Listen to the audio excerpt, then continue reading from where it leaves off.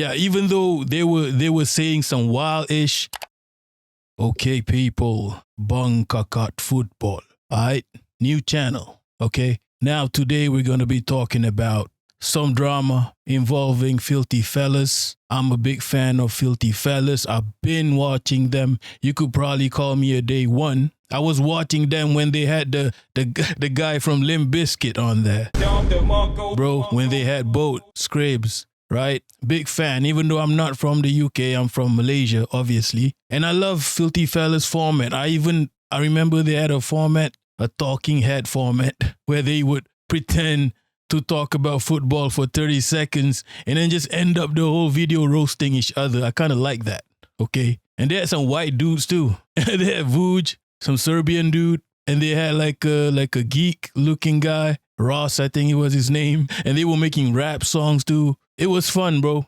And it still is fun, Filthy Fellas. And okay, so there was some drama. Let's take a look at some tweets. And okay, so people have been asking the new videos. There was no Tego. Tego used to moderate all the videos, the podcasts, whatever, right? And then he was missing. And there were a lot of hints here and there, and Poet, who's pretty much the godfather of Filthy Fellas, he tweeted, just to make it clear, Tego is not part of Filthy Fellas. Everyone enjoy your day, change your bio. He just set off a whole thing. He blew up. There was a lot of vague statements. Even Tego made like a whole thread about it. Right, he had receipts and all that, but still, to me, it's vague. There were a few videos of people saying, "Yo, we have proof Tego did this and that." We're not gonna get into that. It's all vague until finally this video came out. Poet speaks, okay, and he explained the whole situation clearly, claro, okay. And before we get into this one, let's do some background on Poet, Filthy Fellas. I don't know if you guys are familiar. If you're like into the whole football punditry, YouTube punditry, which I am, by the way, Filthy Fellas is an important institution, okay? And just to show that I'm not biased, okay, maybe a little bit biased, I'll just talk about it from my personal point of view. I like Poet as a rapper. I like his music is mad underrated, even from back then, okay? Very good lyricist. His group Viba is one of my favorites, okay? Not gonna lie. They are mad underrated. I'm not a big fan of him as a podcaster. I think he's like the Andrew Schultz of UK podcasting, because he'll be like pause and it seems as if he's going to say something novel and then he says some shit like cancel culture is bad, which is such a 15-year-old influencer ass take. Okay, it is what it is. I don't like the podcasting, but I do like watching the podcast anyway, because he does have a lot of knowledge, especially about, why did my accent change? About the UK scene. Him and, I forgot the name of the partner. It's HC Pod, okay? That's the name of the podcast. So I'm not like a super fanboy. However, and Tego, I'm neutral about Tego. He used to moderate the Filthy Fellas. Let's show some footage of Tego, right? Yeah, that's Tego, right? He used to moderate all these sort of like debates or whatever podcasts. He did some podcasts. And I think he's a good moderator, because Filthy Fellas can get wild, bro. It can get wild, unruly. So they needed someone who's just straight to sort of like moderate. So it'll be interesting to see what happens to Filthy Fellas. But I'm going to talk about how important Filthy Fellas is to the culture of football punditry, and how, like, even if I don't like Poet as a podcaster, I like him as a rapper. But as a person, I think he's super underrated. And what was I going to say? I think that he has contributed a lot to the scene. The whether it's the football punditry scene, or it could be, you could say, the influencer scene in the UK, which I follow because, I mean, you guys probably, youngsters, you know, Beta Squad and all that, right? Right? Do you know about, what's his name?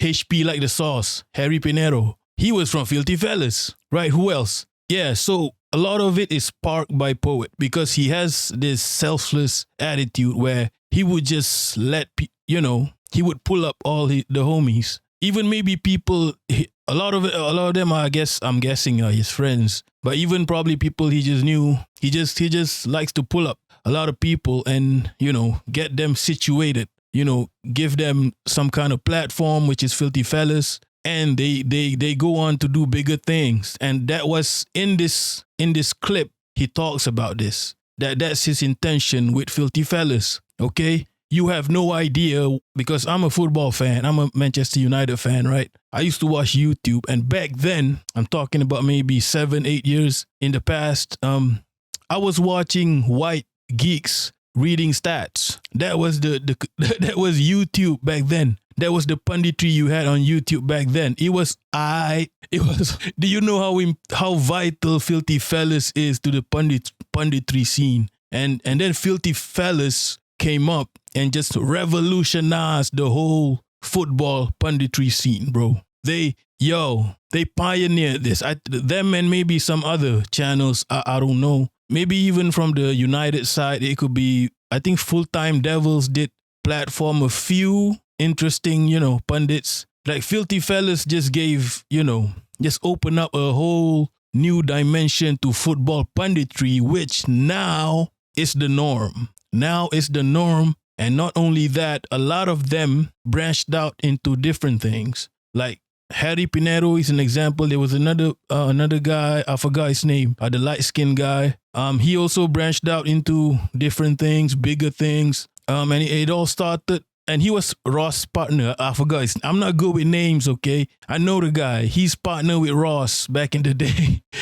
He's a Spurs supporter. So yeah, all these people, seemingly just regular people, Poet would pull them up and, lead them on to bigger things using his platform and maybe using his connects, right? So this is why, as a person, I think he's quite underrated and he is valuable to the scene. But Poet is okay just being the guy who just being the elder who's just like, like he doesn't take much of the spotlight. He's just doing what he's doing. He's doing podcasts, whatever. He would join here and there. He would organize things, right? And yeah, if you actually follow them since back then, you will be surprised at how big they are, some of them, okay? So it's not just football. Maybe some of them branched out into music, whatever, right?